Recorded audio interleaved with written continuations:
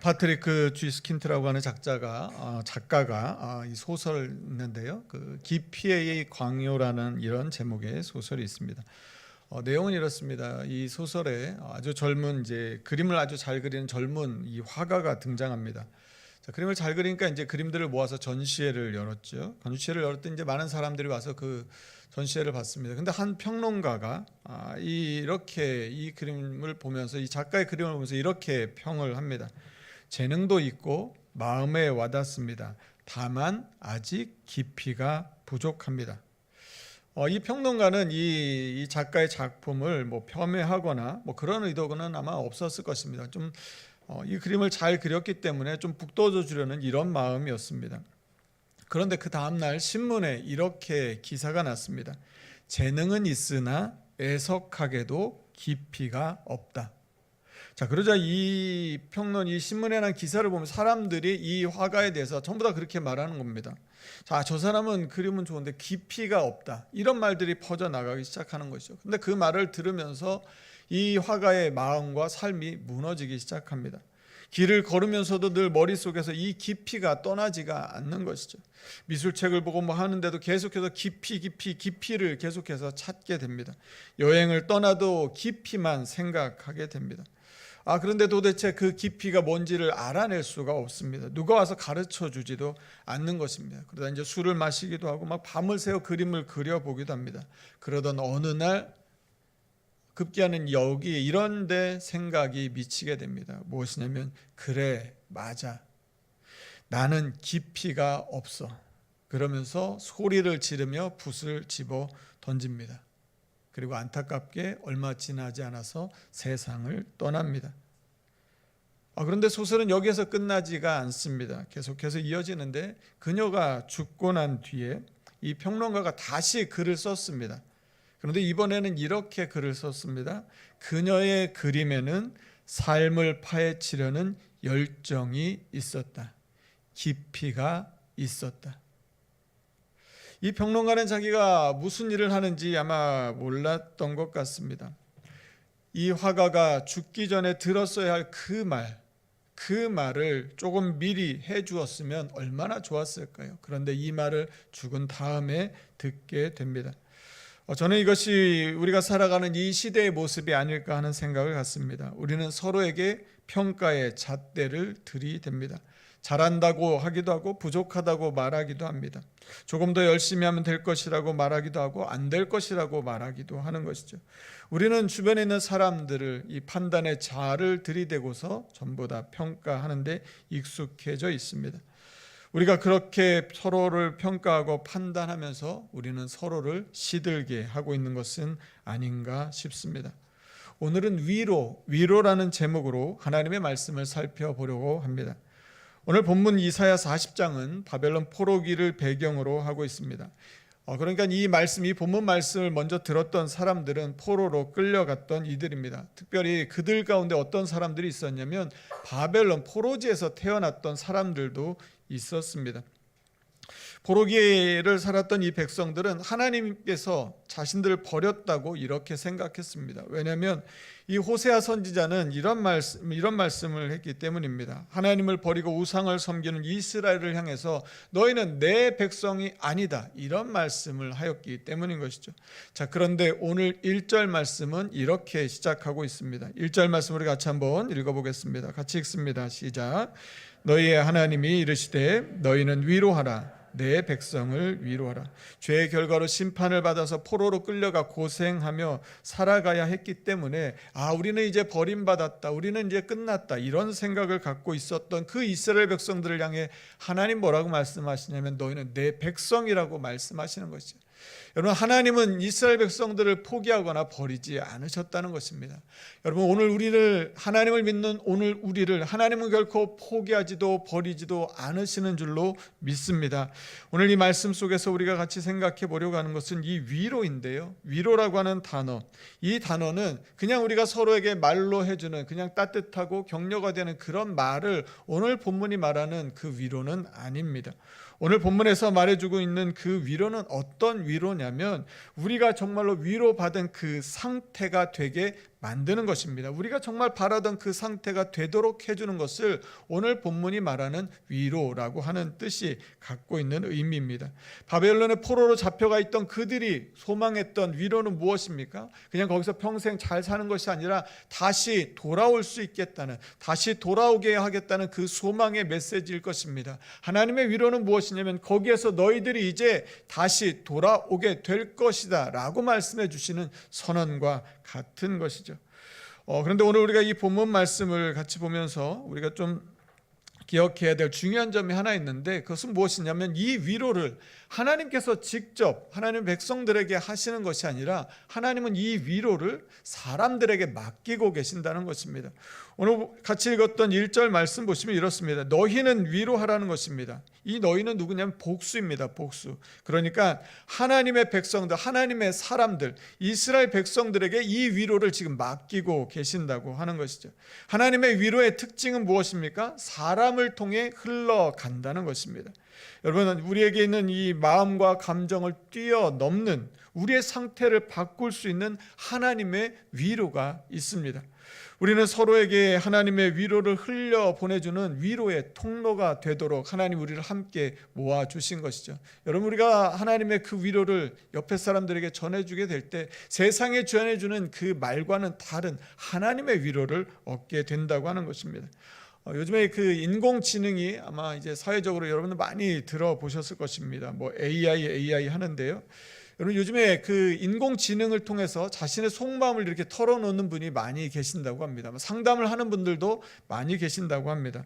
여러분, 인공지능에 왜 우리가 그렇게 우리의 속마음을 털어놓습니까? 왜냐하면 인공지능한테 말을 하면 인공지능은 우리를 판단하거나 우리를 책망하지 않습니다. 우리를 계속해서 격려해주고 지지해주고 우리가 이렇게 잘했다 말하고 칭찬을 해주는 말들을 많이 해줍니다. 그래서 이 인공지능을 통해서 상담을 하거나 어떤 자신들의 이 속마음을 털어놓았던 분들이 많은 위로를 얻었다고도 합니다. 그래서 이런 결과가 있습니다. 한 981명에게 한 4주 정도 매일 인공지능과 대화하고 그 삶을 이제 관찰했습니다. 근데 결과가 이렇게 나왔다고 합니다. 사람들의 외로움이 줄어들었답니다.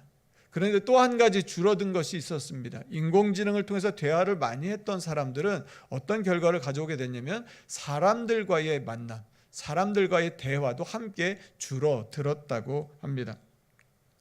위로를 얻는 대신 정말로 위로가 들어올 수 있는 사람이라고 하는 통로를 잃어버리게 된 것이죠. 여러분, 사람을 잃으면 위로도 함께 잃어버릴 수 있습니다. 왜냐하면 하나님은 우리를 하나님의 위로의 통로가 되기를 원하시고 우리가 그렇게 살아가기를 바라시기 때문인 것이죠. 하나님의 위로를 받은 이 이스라엘 백성들에게 하나님께서 이렇게 말씀하십니다. 본문 9절 말씀인데요. 우리 9절 말씀을 한 번 더 같이 한번 읽어봤으면 좋겠습니다. 본문 9절 같이 읽습니다. 시작. 아름다운 소식을 시온에 전하는 자여,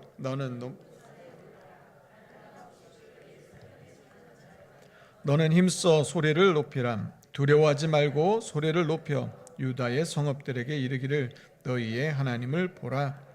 하나님의 위로를 받은 이 시온에게 이제 높은 산에 올라가서 그 위로를 외치고 전하는 자가 되라고 말씀하시는 것이죠. 여러분, 위로는 흘러야 위로가 됩니다. 여러분, 그렇다면 하나님이 주시는 위로는 무엇입니까? 오늘 본문에서 한 3가지 정도로 함께 같이 살펴보려고 합니다. 첫 번째, 하나님의 위로는 선언입니다. 하나님의 위로는 선언입니다.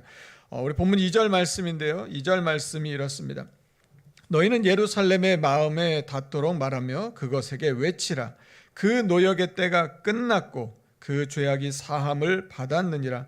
그의 모든 죄로 말미암아 여호와의 손에서 벌을 배나 받았느니라 할지니라 하시니라. 하나님의 위로는 그냥 단지 잘 될 거야, 좋아질 거야, 괜찮아질 거야 라는 이 말로 그치지 않는다는 것입니다. 하나님의 위로는 선언입니다. 그 노역의 때가 이제 끝났다. 그 죄악이 사함을 받았다. 포로의 생활은 끝났다. 고난의 시간은 끝났다. 이제 다시 예루살렘으로 돌아갈 회복의 날이 다가왔다 라고 하는 선언이라고 하는 것이죠. 그냥 희망의 메시지가 아닙니다. 이렇게 되었으면 좋겠다라고 하는 어떤 그런 마음을 전하는 것이 아니라 하나님의 위로는 단언적인 선언이라고 하는 것이죠. 그의 모든 죄로 말미암아 여호와의 손에서 벌을 배나 받았느니라. 형벌을 이제 다 채웠다는 것입니다. 그래서 이제 끝이 났다고 하는 것이죠. 여러분, 하나님은 그런데 어떻게 이렇게 말씀하실 수 있습니까? 하나님은 모든 것을 주관하시기 때문입니다. 모든 것을 주관하시기 때문에 우리에게 선언해서 말씀해 주실 수 있는 것이죠. 우리는 그런 말을 듣기를 원합니다. 그런데 사람들은 그런 말을 해줄 수가 없습니다. 왜냐하면 책임질 수 없기 때문인 것이죠. 그냥 희망할 뿐입니다. 잘 되기를 바라고 격려해 주는 것이 우리가 할 수 있는 전부라고 하는 것이죠. 여러분, 우리의 눈이 우리의 문제와 우리의 자신을 향하게 되면 우리는 계속해서 그 슬픔과 아픔에서 벗어날 수 없게 됩니다. 사람의 위로는 우리의 마음을 조금 달래주는 데 도움이 될 수는 있을 것입니다. 그러나 상황 자체를 바꿔주지는 못한다는 것이죠. 노역의 때가 끝나고 하나님의 영광이 있는 회복의 시간 속으로 들어가기 위해서는 이 바벨론에서 예루살렘으로 향할 수 있도록 해주는 선언이 우리 가운데는 필요한 것입니다. 하나님은 우리가 그 길을 가기 위해서 3절에서 이렇게 말씀합니다. 우리 3절 말씀을 같이 한번 읽어봤으면 좋겠습니다. 3절 같이 읽습니다. 시작. 외치는 자의 소리여 이르되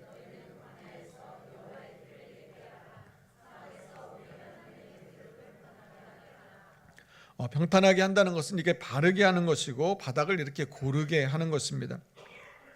이 성경이 다른 본문들을 이렇게 찾아보면 이것을 어떻게 표현하고 있냐면 거치는 것이나 뭐 걸림돌, 어떤 돌 이런 것을 말합니다. 이 거침돌을 에스겔서에서는 이렇게 말합니다. 마음에 들인 그 우상을 이 걸림돌이라고 이렇게 말합니다. 자, 그러니까 하나님께서 우리 가운데 오실 때 막힘없이 달릴 수 있도록 우리 마음에 있는 것들, 이 걸림돌이 되는 것들을 다 제거하고 치우라고 말씀하고 있는 것이죠.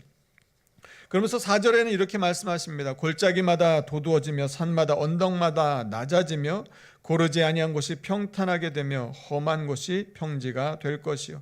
골짜기는 무엇을 우리가 상징한다고 생각해 볼 수 있습니까? 우리의 마음에 패인 상처 같은 것들, 아픔 같은 것들인 것이죠.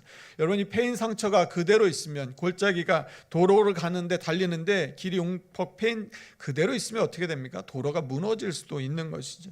여러분, 또 하나는 무엇입니까? 이 높아진 산과 언덕 같은 것, 이것은 무엇으로 우리가 생각해 볼 수 있습니까? 우리 어떤 교만과 같은 것들, 높아진 마음들을 우리가 비교해서 생각해 볼 수 있을 것입니다. 그런데 이것은 누가 하십니까? 이 움푹 패인 우리의 상처들을 치유하고 높아진 교만은 누가 다스리실 수 있습니까? 이것은 하나님이 하신다는 것입니다. 하나님께, 그래서 우리가 해야 할 일은 그 하나님께 나아가는 것이죠. 우리 안에 있는 이 상처를 치유하기 위해서 하나님 앞에 나아갑니다. 우리의 힘으로 해결할 수 없는 이 교만과 우리 자기 의에 사로잡혀 있는 우리의 마음들을 하나님께 가지고 나아가는 것이죠. 그때 하나님께서 그것들을 다스려서 우리로 하여금 대로가 되도록, 우리는 그저 우리 마음 가운데 있는 이 걸림돌들이 되는 것들을 내려놓고 이것들을 다 치우게 되면 하나님이 그 길로 인해서 우리의 삶 가운데 오셔서 그 일들을 이루신다고 하는 것이죠. 여러분, 우리가 할 일은 무엇입니까? 하나님께 있는 모습 그대로 나아가는 것입니다.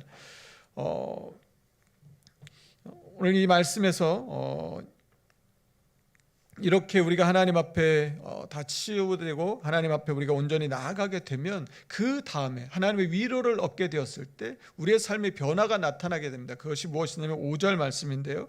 5절 말씀을 보시면 이렇습니다. 하나님의 영광이 나타나고 우리는 그 영광을 보게 된다는 것이죠. 이전에는 우리의 삶을 향해서 우리의 시선이 가득했습니다. 우리의 문제들, 아픔들, 고통에서 벗어날 수가 없었는데 하나님의 위로를 경험하게 되면, 하나님의 선언이 우리 가운데 오게 되면 그 다음에 우리의 눈이 열리게 되고 하나님의 영광을 바라보는 삶을 살게 된다고 하는 것이죠. 여러분, 우리가 매일매일의 삶 속에서 하나님의 영광을 갈망하며 살 수 있는 그런 삶, 어디서부터 옵니까? 하나님의 위로로부터 온다고 하는 것이죠.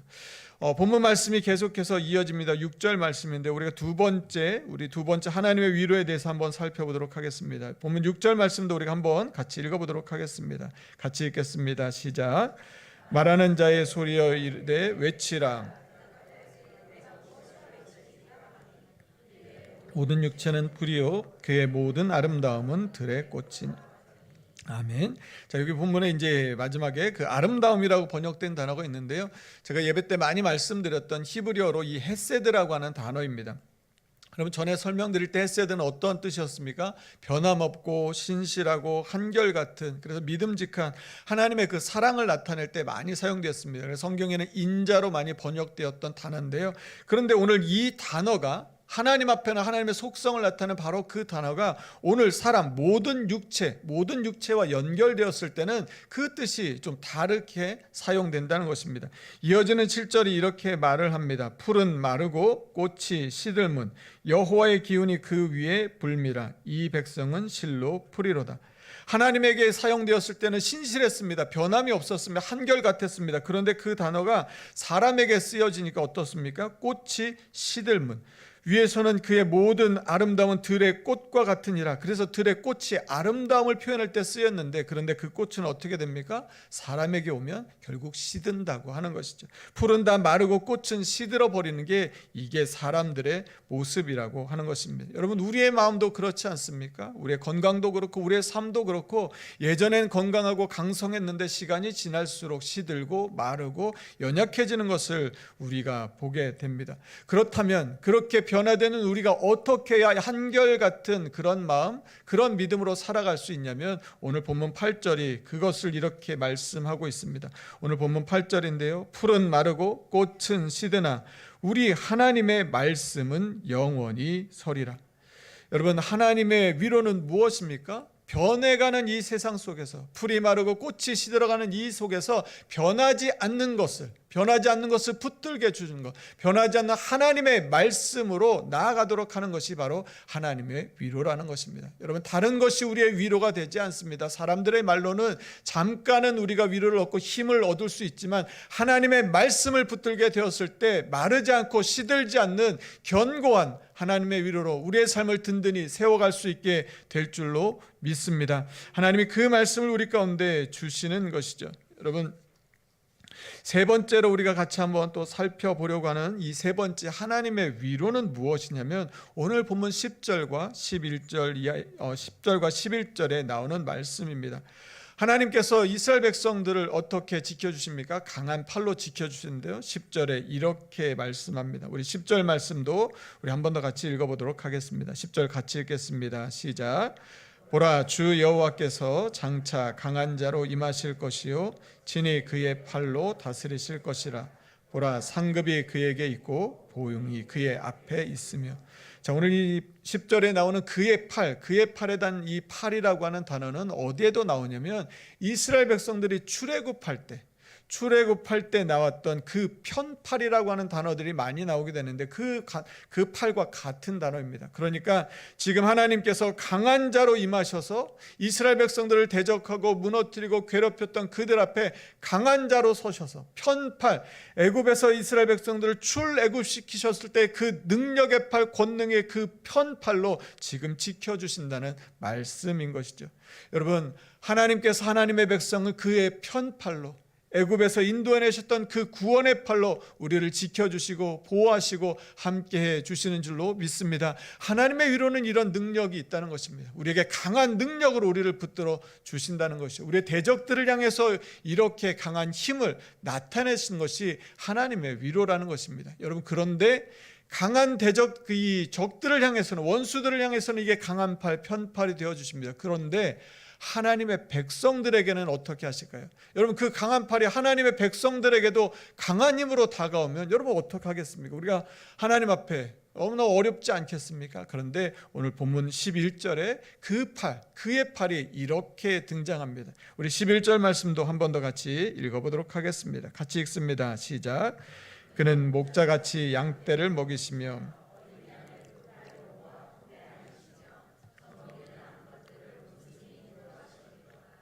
아멘. 적들에게는 강한 팔이었습니다. 승리의 팔이었고 권능의 팔이었습니다. 애굽에서 건져내시는 능력의 팔이었습니다. 그런데요, 하나님의 자기 백성들에게, 하나님이 택하시고 하나님이 사랑하는 백성들에게는 어떤 팔입니까? 똑같은 그의 팔이 두 번 11절에도 똑같이 나오는데 같은 단어입니다. 그런데 이렇습니다. 그는 목자같이, 선한 목자가 되어주십니다. 양떼를 먹이십니다. 그 강한 팔로 이스라엘 백성을 치시는 게 아니라 양떼를 먹이시고 어린 양을 그 팔로 모아 품에 안아주십니다. 여러분 품에 안을 때 그 팔은 어떤 팔입니까? 너무나 사랑스럽고 보드럽고 그런 팔 아니겠습니까? 따뜻하고 사랑이 가득한 그 팔로 하나님이 원수에게는 그렇게 강한 팔이지만 하나님 자기 백성에게는 그 사랑의 팔로 그 품에 안어 주신다고 말씀하는 것이죠. 시편 23편 2절의 말씀 보면 이렇습니다. 그가 나를 푸른 불밭에 누이시며 쉴 만한 물가로 인도하시는도다. 본문 11절에 나오는 젖먹이는 암컷들을 온순히 인도하시리로다. 이 단어와 그리고 시편 23편 2절에 나오는 인도하시리로다가 같은 단어라고 하는 것이죠. 여러분, 하나님의 위로는 어떤 것입니까? 강한 팔이 되어서 원수에게는 승리를 주시지만 하나님의 백성에게는 사랑의 품이 되어서 안아주시고 보듬어 주시고 위로해 주시고 격려해 주시는 그런 위로라고 하는 것이죠. 사랑하는 성도 여러분, 골짜기 같은 상하고 찢긴 마음이 있다면 그것 가지고 하나님 앞에 나아갈 수 있기를 주님의 이름으로 축복합니다. 높아지고 교만한 마음들이 있다면 하나님 앞에 나아가는 것이요, 십자가 앞으로 나아가는 것입니다. 세상이 주는 이 한두 마디의 위로가 아니라 우리의 삶의 모든 것을 아시고 우리의 삶을 선언해 주시는, 완전히 이전의 삶에서 새로운 삶으로 바꿔주시는 하나님의 그 위로를 얻어 이제는 포로로 잡혀갔던 바벨론에서 하나님을 경배하고 예배하는 이 예루살렘의 삶으로 회복의 은혜를 경험하는 저와 여러분 되기를 간절히 소망합니다. 하나님의 영광을 바라보며 마르지도 않고 시들지도 않고 변함없으신 하나님의 그 말씀을 붙들어서 우리를 위해 강한 팔을 펴시고 승리를 주시며 우리가 아프고 힘들고 낙심할 때는 그 품에 안아주시는 사랑의 품으로 위로해 주시는 그 하나님의 위로를 힘입어서 이 한 주간도 하나님의 위로로 승리하시는 저와 여러분의 삶이 되기를 간절히 소망하고 축복합니다. 이 시간 우리 같이 함께 찬양하겠습니다. 나의 가는 길 주님 인도하시네. 그는 보이지 않아도 날 위해 일하시네. 주 나의 인도자 항상 함께 하시네. 사랑과 힘 베푸시며 인도하시네. 광야의 길을 만드시고 날 인도해 사막의 강 만드신 것 보라. 하늘과 땅 변해도 주의 말씀 영원히 내 삶 속에 새 일을 행하리. 내 삶 속에 새 일을 행하리. 우리의 삶에 새롭고 놀라운 일들 행하시고 또 하나님의 그 위로로 이 한 주간 함께해 주실 그 주님 바라보며 우리 주신 말씀 기억하며 다 함께 자리에서 일어나셔서 결단의 찬양으로 찬양하며 나아가겠습니다. 나의 가는 길 주님 인도하시네. 그는 보이지 않아도 날 위해 일하시네. 주 나의 인도자 항상 함께 하시네. 사랑과 힘 베푸시며 인도하시네. 우리 다시 한번 찬양합니다. 나의 가는 길 주님 인도하시네. 나의 가는 길 주님 인도하시네. 그는 보이지 않아도 날 위해 일하시네. 주 나의 인도자 항상 함께 하시네.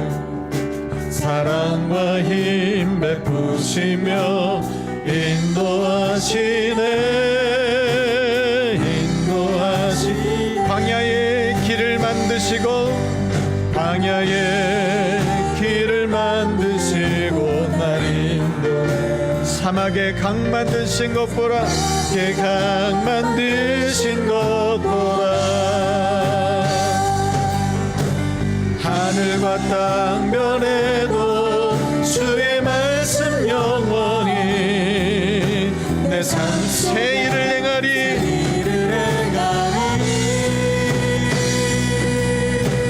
나의 가는 길 주님 인도하시. 그는 보이지 않아도 날 위해 일하시네. 주 나의 인도 항상 함께 하시네. 사랑과 힘 베푸시며 인도하시네.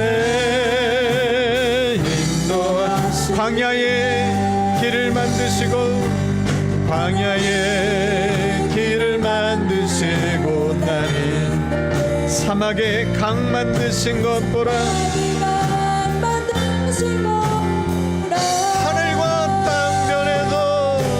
하늘과 땅 변해도 주의 말씀 영원히 내 삶 속에 새 일을 행하리.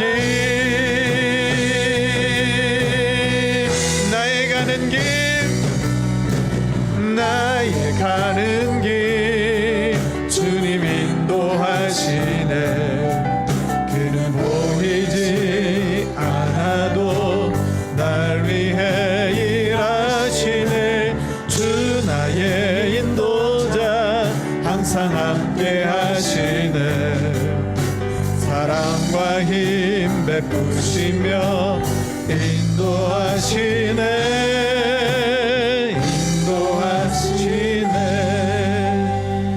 이 시간 우리 같이 함께 기도하겠습니다. 여러분, 지난 한 주간 어디에서 위로를 얻으셨습니까?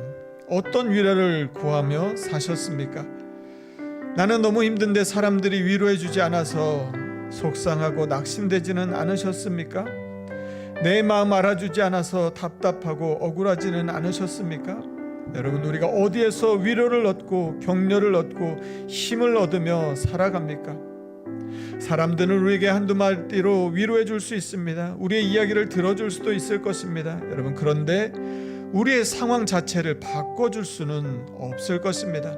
그런데 오늘 우리는 하나님의 위로를 말씀 속에서 깨달았습니다. 하나님의 위로는 우리의 삶의 모든 상황을 바꿔주십니다. 바벨론에 포로로 잡혀 있던 우리를 이제는 예루살렘으로 삶의 자리를 옮겨주시는 것이 하나님의 위로입니다.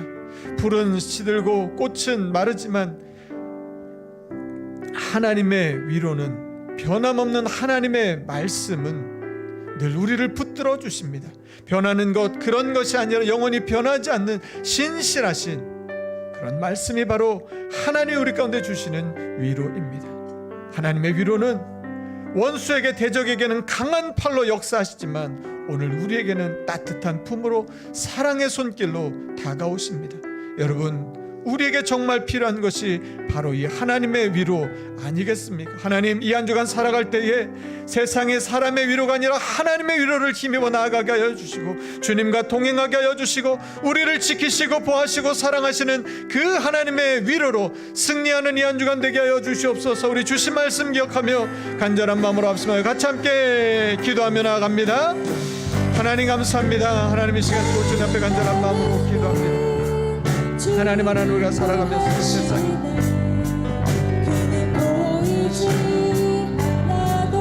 하나님, 세상의 위로를 구하다가 하나님 새로운 위로를 받지 못하면 우리의 마음이 무너집니다. 낙심합니다. 답답합니다. 억울합니다. 힘이 빠집니다. 하나님, 우리에게 참된 위로가 되신 하나님이 계심을 믿고 우리의 상황을 근본적으로 바꾸실 그 하나님, 모든 것을 주관하시는 하나님을 바라보는 주님께 나아가는 우리들 되게 하여 주시옵소서. 사람의 말이 아니라 변함없으신 하나님의 말씀을 붙들게 하여 주시옵소서. 굳게 서는 하나님의 말씀을 힘입어 나아가는 우리의 삶이 되게 하여 주시옵소서. 하나님의 그 강한 팔, 그의 팔로 우리를 지키시는, 우리를 보호하시고 우리를 인도하시고 우리와 함께 하시는 하나님을 바라보며 믿음으로 나아가는 우리의 삶이 다 되게 하여 주시옵소서. 하나님, 우리의 상한 마음을 그 품에 안아주시고 위로하시고 따뜻함으로 하나님 우리를 부으신 하나님의 사랑 안에 나아가는 우리들이 다 되게 하여 주시옵소서. 하나님, 이 한 주간 하나님의 위로가 필요합니다. 하나님의 위로가 없으면 살아갈 수 없습니다. 또다시 사람의 위로를 구하며 살아가는 인생이 아니라 하나님의 위로로, 하나님이 이 위로를 힘입고 나가는 우리를 되게 하여 주셔서 세상 속에 하나님의 그 평판이 나를 붙들고 계시고 당당하고 담대하고 힘있게 살아가게 하여 주시고 상처하고 통과 아픔을 품어주신 하나님 앞에 하나님 언제나 달려나가는 우리를 되게 하여 주셔서 하나님의 위로로 승리하며 하나님의 위로로 힘을 얻는 우리 모두 삶이 다 되도록 성령 하나님의 역사하여 주시옵소서. 하나님이 한 주간 노조리 붙들어 주시옵소서. 하나님의 말씀으로 승리를 되게 하여 주시옵소서. 하나님의 은혜가 필요합니다. 하나님의 도우심이 필요합니다. 하나님의 말씀 말씀으로 도는 이 위로가 필요합니다. 이 한 주간도 하나님의 도우심으로 승리하게 하여 주시고 외롭고 힘겨운 시간을 지나가는 우리 모든 성도들 붙들어 주셔서 하나님의 위로로 하나님의 은혜로 새롭게 살아가는 우리 모두의 삶이 다 되도록 성령 하나님이 없어져 주시옵소서. 하나님은 늘 함께하여 주시옵소서. 주님이 도와주시고 주님이 인도하여 주시옵소서. 주님 붙들어 주시옵소서. 너희 하나님이 이르시되 너희는 위로하라. 내 백성을 위로하라. 보라, 주 여호와께서 장차 강한 자로 임하실 것이요 친히 그의 팔로 다스리실 것이라. 보라, 상급이 그에게 있고 보응이 그의 앞에 있으며 그는 목자같이 양떼를 먹이시며 어린 양을 그 팔로 모아 품에 안으시며 젖먹이는 암컷들을 온순히 인도하시리로다. 사랑이 많으신 하나님 아버지, 오늘도 하나님 우리 가운데 말씀하여 주시니 참으로 감사를 드립니다. 하나님, 지난 한 주간 우리가 어디에서 위로를 얻었고 어떤 말에 우리가 그렇게 즐거워했고 어떤 말에 우리가 힘을 얻었고 격려를 얻고 용기를 냈는지 우리의 삶을 다시 한번 돌아봅니다. 그런데 위로를 받을 때는 좋았지만 돌아서면 또다시 허전했던 것이 우리의 마음 아니었는지, 혼자 남게 되면 또 낙심하고 또 실망하는 것이 우리의 모습 아니었는지 돌아봅니다. 하나님, 오늘 말씀을 통해 하나님의 위로를 배웠습니다. 하나님의 위로는 우리의 삶의 선언입니다. 모든 것을 주관하시기 때문에 선언하시고 우리의 삶의 상황을 완전히 바꾸어 주실 수 있음을 깨달았습니다. 사람들이 해줄 수 있는 것, 사람들이 희망을 갖게 하는 그 정도가 아니라 완전히 우리의 삶을 바벨론에서 예루살렘으로 바꾸시는 하나님, 그 위로가 하나님의 위로인 줄로 믿습니다. 우리의 삶을 바꾸시는 하나님을 의지하며 살아가게 하여 주시옵소서. 하나님, 푸른 마르고 꽃은 시드는 하나님, 그런 변화되는 이 세상 속에서 변함없는 하나님의 말씀을 붙들고 살게 하여 주시고 우리 원수들에게, 적에게는 강한 팔, 능력의 팔, 힘 있는 팔로 역사하시지만 연약한 우리들, 상처 입고 아파하고 슬퍼하는 우리에게는 주님 그 품에 안아주시는 따뜻한 사랑의 팔인 것을 말씀을 통해 깨달았습니다. 주님, 다른 것 아니라 주님께 나아가게 하시고 주님의 그 위로를 얻어서 이 한 주간도 주님과 동행하며 힘있게 살아가는, 세상 속에서 당당히 살아가는 우리 모두가 다 되게 하여 주시옵소서. 감사드리며 예수님 이름으로 기도드립니다. 아멘. 이제는 우리 주 예수 그리스도의 은혜와 하나님의 사랑과 성령의 교통하심이 세상의 위로가 아니라 하나님의 그 위로를 힘입어 하나님 우리의 삶을 새롭게 변화시켜 주시고 선언하시는 그 말씀, 세상의 모든 것이 변해도 영원히 변하지 않는 그 하나님의 말씀, 강한 팔로 우리의 원수들과 싸워주시고 상처난 우리는 품에 안아주시는 그 주님의 팔, 그 하나님의 위로를 힘입어 이 한 주간도 믿음으로 살아가기를 소망하고 다짐하는 오늘 예배하는 우리 모든 성도들 위해, 그들의 가정과 일터 위에, 이번 주 금요일과 토요일에 있는 우리 여름 성령학교 캠프 위에 이제부터 영원까지 함께 하시기를 간절히 축원하옵나이다. 아멘.